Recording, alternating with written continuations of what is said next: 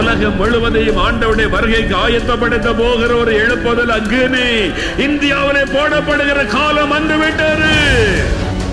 ஒரு பக்கம் எழுப்புதல் நடக்கும் பொழுது இன்னொரு பக்கம் உபத்திரவத்தை சந்தித்து தான் ஆக வேண்டும். அதற்கு மத்தியில எனக்காக நெருக்க ஆயத்தமா?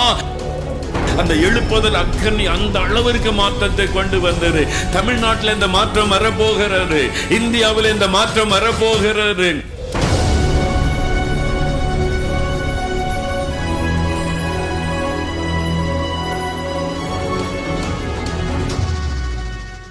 எழுப்புதலுக்கு தேவன் பயன்படுத்துகிற ஊழியர்கள், அந்த ஊழியர்களுக்காக செபிப்பது, அது ரொம்ப முக்கியமான ஒரு காரியம். பழைய ஏற்பாட்டு காலத்துல தேவனுடைய ஆலயம் இருந்தது. அதில் பிரதான ஆசாரியர்கள், லேவியர்கள், அவங்க தேவாலயத்தை சுற்றி தான் அந்த ஊழியம் இருந்தது. அதுதான் பழைய ஏற்பாட்டு கால ஊழியம். புதிய ஏற்பாட்டிலே நம்ம வரும்போது வேதத்தில் எபேசிய 4 சொல்லப்பட்டபடி 5 விதமான ஊழியங்கள்: அப்போஸ்தலர்கள், தீர்க்கதரிசிகள், சுவிசேஷகர்கள், அப்புறம் மேய்ப்பர்கள், போதகர்கள். 5 விதமான ஊழியங்கள் இப்போ நடந்து கொண்டிருக்கிறது. 5 விதமான ஊழியங்கள் புதிய ஏற்பாட்டில எழுப்புதலின் விளைவாக உண்டான புதிய ஊழியங்கள். அதைத்தான் அப்போஸ்தலர் நடபடிகளிலே நம்ம பார்க்கிறோம். இந்த 5 விதமான ஊழியங்களும் நிறைவேறினதை அப்போஸ்தலர் நடபடிகளிலே பார்க்க முடியும். இப்பவும் அந்த மாதிரி ஊழியம் நடக்கிறாரு. இந்த ஊழியர்களை தான் ஆண்டவர் பயன்படுத்தி எழுப்புதலை பரவ செய்தார்.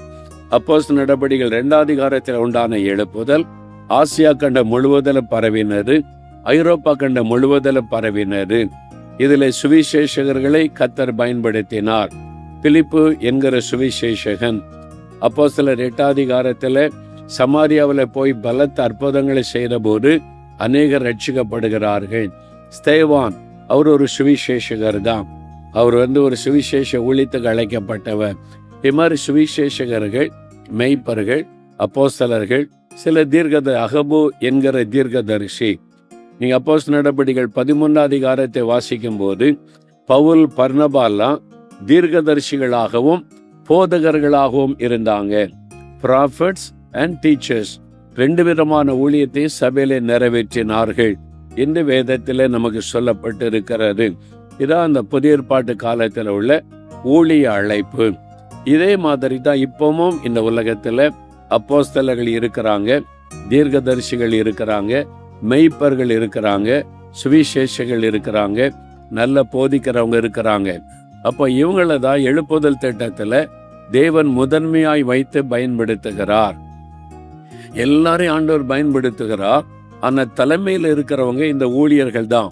மொழி நேர ஊழியத்திற்கு அழைக்கப்பட்ட ஊழியர்கள். அவங்க எப்படிப்பட்டவங்களா இருக்கணும்? எழுப்புதல் காலத்துல அப்போஸ்தலர் நடபடிகள்ல அவங்க எப்படி செயல்பட்டாங்க? இதைத்தான் நம்ம கவனமாய் பார்க்க வேண்டும். இன்றைக்கு ஊழியம், இந்த எழுப்புதல் அது பரவாமல், எழுப்புதலின் வல்லமை வெளிப்படாமல், தேவ திட்டம் முழுமையாய் நிறைவேறாமல் இருக்க காரணம் ஊழியர்கள் தான் என்பதை நம்ம ஒத்துக்கொள்ளணும். என்னை சேர்த்துதான் சொல்றேன். நானும் ஒரு சுவிசேஷகன். இங்க மேய்ப்பர்கள் இருக்கிறாங்க, தீர்க்கதரிசிகள் இருக்கிறாங்க, டீச்சர்ஸ் இதுக்குள்ள இருக்கிறாங்க. அப்போ இந்த ஊழியக்காரங்க எப்படி இருக்கணும்? எழுப்புதல் காலத்துல ஊழியர்கள் என்ன செய்யணும்? எப்படி இருந்தா அந்த எழுப்புதல் பரவும், எழுப்புதல் திட்டம் நிறைவேறும்? கர்த்தர் என்ன எதிர்பார்க்கிறார்? வேத புஸ்தகத்துல கர்த்தருக்கு ஊழியர் செய்த இந்த ஊழியர்கள் எப்படி வாழ்ந்தாங்க, எப்படி நடந்து கொண்டாங்க, எதுக்கு முக்கியத்துவம் கொடுத்தாங்க? அதே மாதிரி இப்ப இருக்கிற எல்லா ஊழியர்களும் மாறவும், அப்படிப்பட்ட மாற்றத்தை ஊழியர்களுக்குள்ளே உண்டாக்கவும் நாம் ஜெபிக்கணும். என்றால் தலை மாறினால்தான் சரீரத்துல மாற்றம் வரும். தலையாக வைத்திருக்கிறது ஊழியத்தின் தலைமையில இருக்கிறவர்கள். ஒரு மேய்ப்பன் தான் சபைக்கு தலையாய் இருக்கிறவர். அங்க மாற்றம் வந்தால்தான் சபைக்குள்ளே மாற்றம் வரும். இதனால அவங்களுக்காக நம்ம குறிப்பாக நம்ம ஜெபிக்க வேண்டியது அவசியம். சரி, இப்போ வேத புஸ்தகத்துல கலாத்தியர் 5 22, 23 வாசித்தா ஆவியின் வரங்கள் 9 காரியம் சொல்லப்படுகிறது. அதே மாதிரி 1 கொரிந்தியர் 12 8 முதல் 10 வசனங்கள் வாசித்தால் ஆவியின் வரங்கள் 9 சொல்லப்படுகிறது. நான் இந்த நாட்களில் இதை குறித்து தியானித்து ஜெபித்த போது முதலாவது ஊழியர்களை குறித்து செய்தி. இதுல ஊழியர்களுடைய கனிகள் 9. நான் அறிந்த அளவில் வேத புஸ்தகத்திலிருந்து அப்போஸ்தலர் நடபடிகள்ல இருந்து ஊழியர்களுடைய கனிகள் 9. இந்த ஊழியர்கள் இப்படி இருந்தாதான் எழுப்புதல் பரவி செல்ல முடியும். அப்ப நமக்குள்ள ஒரு மனம் திரும்புதலும் அர்ப்பணிப்பும் அவசியம். அப்ப ஆண்டவர் என்ன எதிர்பார்க்கிறார்? அப்போஸ்தலர் நடபடிகள் 6ஆம் அதிகாரம் 4வது வசனம். அப்போஸ்தலர் 6ஆம் அதிகாரம் 4வது வசனம். நாங்களோ ஜெபம் பண்ணுவதிலும் வேத வசனத்தை போதிக்கிற ஊழியத்திலும் இடைவிடாமல் தரித்திருப்போம் என்றார்கள். இங்கே ஆதியில திருச்சபை எழுப்புதல் சபை வளர்ந்து பெருகி கொண்டிருந்த காலத்துல ஒரு பிரச்சனை வருகிறாரு. கிரேக்கர்கள், எபிரேயர்கள், அப்புறம் பல இன மக்கள் எல்லாம் ரட்சிக்கப்பட்டு வர்றாங்க. அதுல ஒரு பிரச்சனை, கூட்டம் பெருகின உடனே எங்களுடைய விதவைகள் சரியாய் பராமரிக்கப்படவில்லை.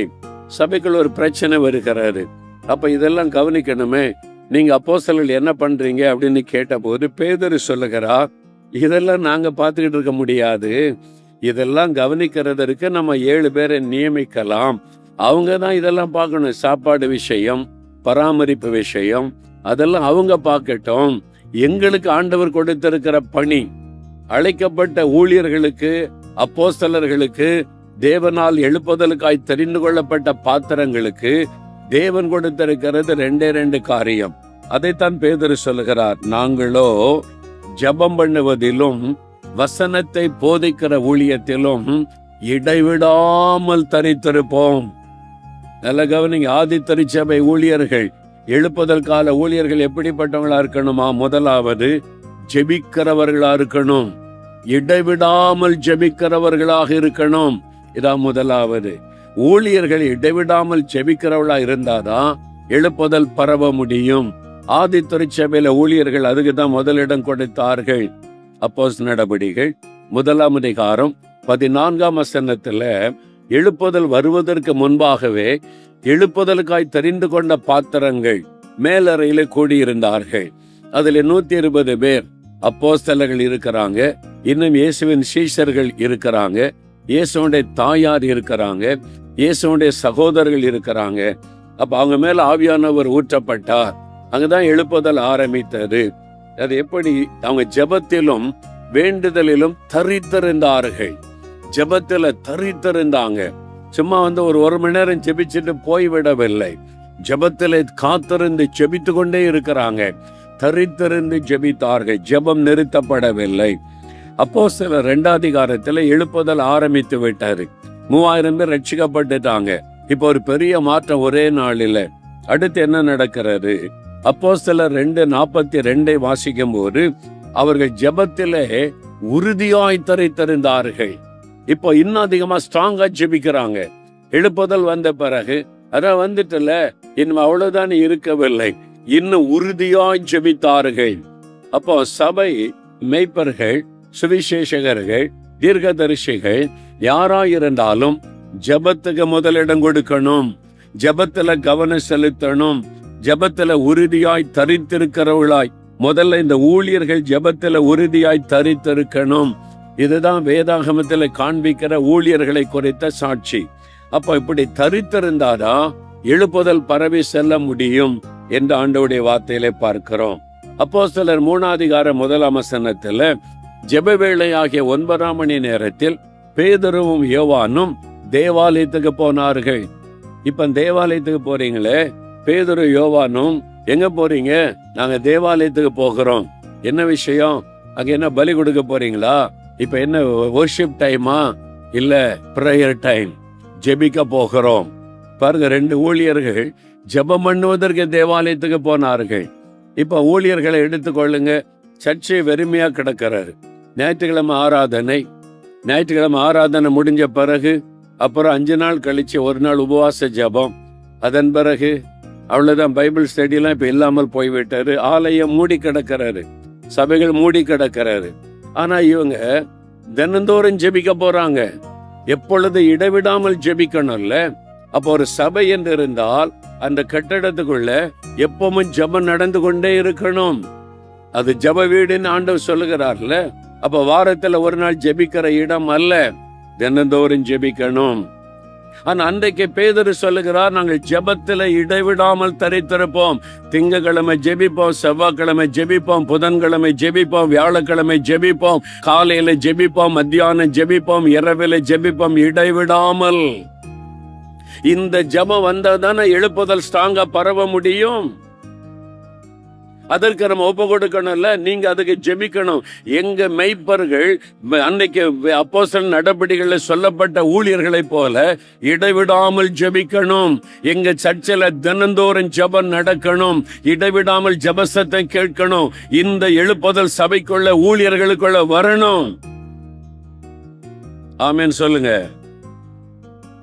வசனத்துல உள்ளதான் நான் சொல்லுகிறேன், ஏன் விருப்பத்தை சொல்லல. வசனத்துல அன்றைக்கு எழுப்புதல் வந்த போது அப்படிதான் நடந்தது, அப்படிதான் இப்ப நடக்கணும். 50 லட்சம் ரூபாய்க்கு சர்ச்சை கட்டிட்டு செவ்வாய்க்கிழமை போனீங்கன்னா மூடி கிடக்குது, புதன்கிழமை போனா மூடி கிடக்குது, ஜெபிக்கணும் போனா லாக் பண்ணி கிடக்குது. எப்பதான் திறப்பாங்க? ஞாயிற்றுக்கிழமை திறப்பாங்க, அப்புறம் வெள்ளிக்கிழமை உபவாசம் திறப்பாங்க, மற்ற நாள். ஆனா ஆதித்துறை சபையில சொல்றாங்க, இடைவிடாமல் ஜெபம் பண்ணுவோம். இந்த அபிஷேகம் எல்லா ஊழியர்களுக்குள்ளே ஊற்றப்பட நம்ம ஜெபிக்கணும். எங்க ஊழியர்கள் இடைவிடாமல் ஜெபிக்கணும், எங்க மெய்ப்பர்கள் இடைவிடாமல் ஜெபிக்கணும், எங்களுடைய சுவிசேஷகர்கள் இடைவிடாமல் ஜெபிக்கணும், எங்க போதகர்கள் இடைவிடாமல் ஜெபிக்கணும். ஆதி திருச்சபையில உள்ள ஊழியர்களை போல எங்க ஊழியர்கள் மாறணும். இதுக்கு ஜெபிக்கணும். வசனத்தை வைத்து இந்த மாற்றம் ஊழியர்களாகிய எங்களுக்குள்ள வரணும் அப்படின்னு நீங்க ஜெபிக்கணும். அப்போஸ்தலர் 10:9 வாசித்தால், பேதுரு ஊழியத்தை முடிச்சிட்டு வர்றார். ஊழியத்தை முடிச்சிட்டு ஒரு வீட்டுக்கு வருகிறார். ரொம்ப டயர்டா பசியோட வருகிறார்.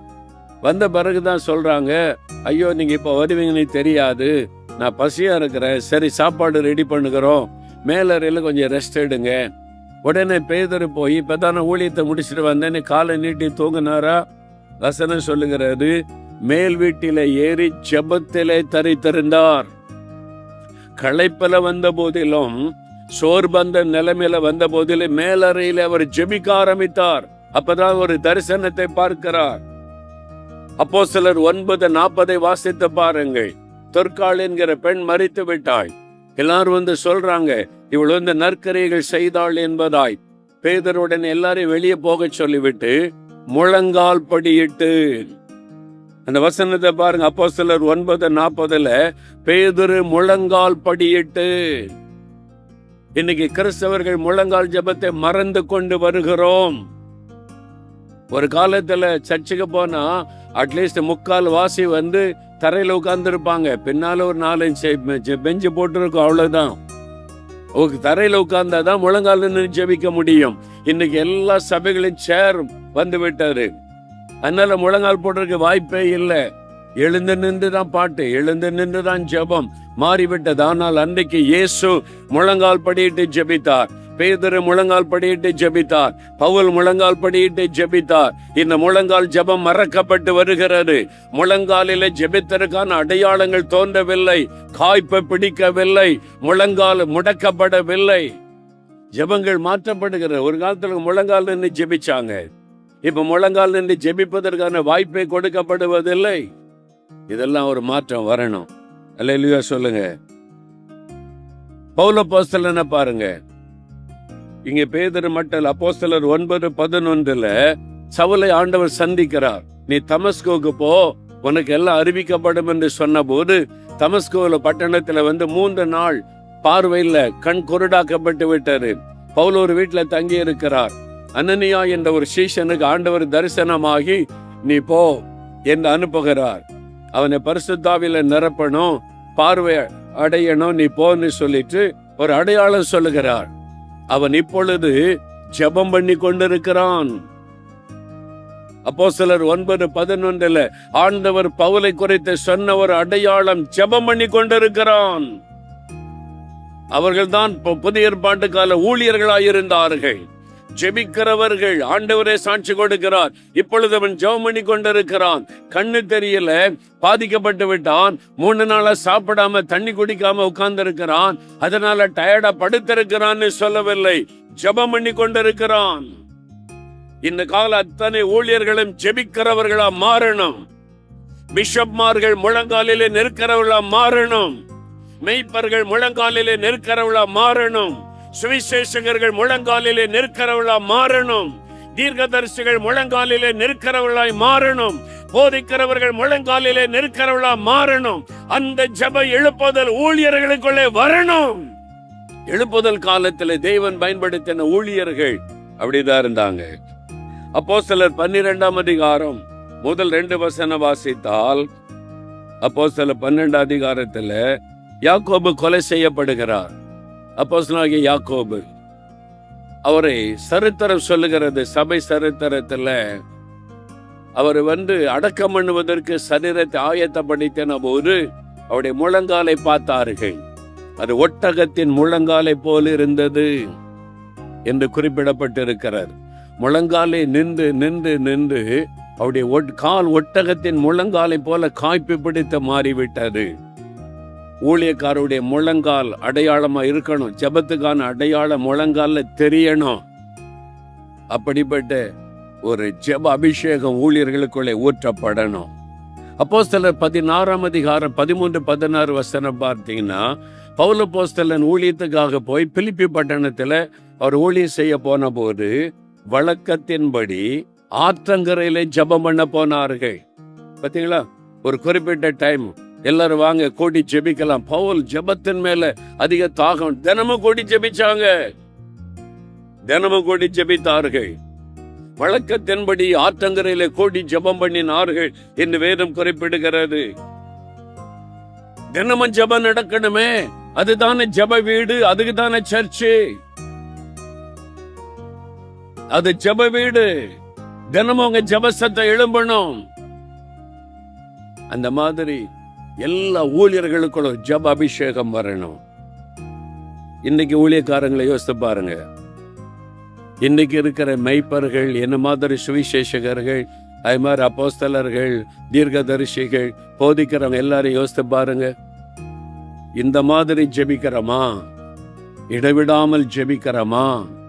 தினந்தோறும் சபைக்குள்ள ஜெபசத்தம் கேக்குதா? இப்ப ஆண்டவர் கேட்கிறா, எழுப்புதல் அனுப்புன எப்படி அனுப்புறது? நீ சர்ச்சை மூடி வச்சிருக்கிற, உன் வசதிக்கு திறக்கிற, ஒரு வசதிக்கு 2 மணி நேரம் ஆராய்ச்சி நடத்திட்டு போற, சுவிசேஷகன்னு சொல்ற, ஒரு கிராமத்துக்கும் போறதில்ல, சுவிசேஷம் அறிவிக்கிறது இல்ல, வீடு வீடா சுத்திட்டு காணிக்கை பிரிச்சு கொண்டு அலைகிற, எப்படி எழுப்புதல் வரும்? என் ஊழியக்காரன் என்று சொல்லுகிறவர்கள் சரியில்லாமல் நடக்கும் பொழுது எழுப்புதல் எப்படி கொண்டு வர முடியும்? அப்ப முதல்ல தலையில் அந்த அபிஷேகம் ஊற்றப்படணும். ஆமேன் சொல்லுங்க. யாருமே வந்தாலும் வராட்டாலும் பாஸ்டர் சர்ச்சுக்குள்ள போய் முழங்கால நிக்கணும். மெய்ப்பர்கள் சர்ச்சுக்குள்ள போய் முழங்கால நிக்கணும். ஜெபசத்தம் கேட்கணும். இதுதான் தேவன் எதிர்பார்க்கிற ஒரு மாற்றம். மெய்ப்பர்கள் தயவு செய்து விளங்கிக் கொள்ளுங்கள். யாரு வந்தாலும் வராட்டாலும் சர்ச்சுக்குள்ள போய் நீங்க முழங்கால நின்றாதான் எழுப்புதல் வரும்.